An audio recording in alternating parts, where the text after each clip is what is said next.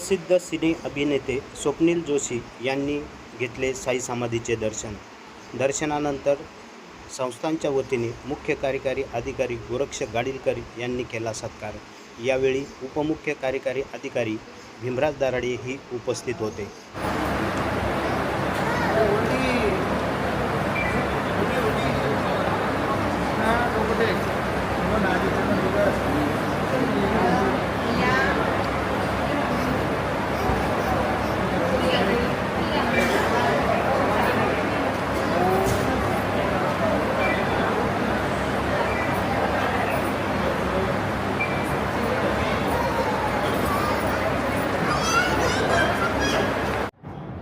एक minute sir.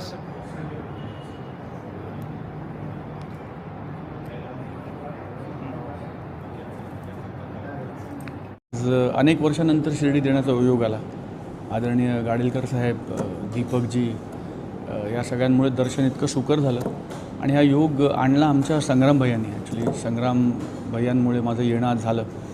तर खरं तर या सगळ्यांचेही मनपूर्वक आभार मानले पाहिजेत, कारण बाबांप्रती जी श्रद्धा आहे, आस्था आहे, ती जगभरात आहे आणि कोट्यावधी लोकांमध्ये.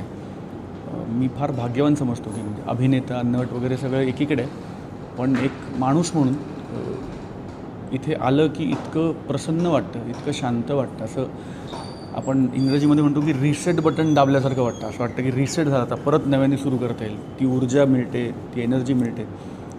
तर इथली महती मी तुम्हाला काय नव्याने सांगणार, पण बाबांची कृपा आपल्या सगळ्यांवर सदैव राहो, या सगळ्या भल्या लोकांवर राहो, कारण ही सगळी मंडळी अविरत सेवा करतात, अविरत कार्य करतात. रोज लाखो लोकांची उठबस इथे होते. त्या सगळ्यांचं येणं जाणं, त्याचं नियोजन, मला असं वाटतं की शिवधनुष्य आहे, सोपं काम नाही. त्या सगळ्या मॅनेजमेंटचे, सगळ्या स्टाफचे, इथल्या प्रत्येक सेवेकराचे मनपूर्वक अभिनंदन आणि आभार.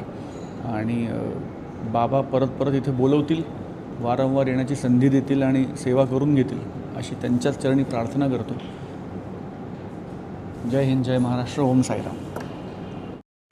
प्रवरा न्यूजसाठी प्रतिनिधी पत्रकार राजेंद्र गडकरी, शिर्डी परिसर.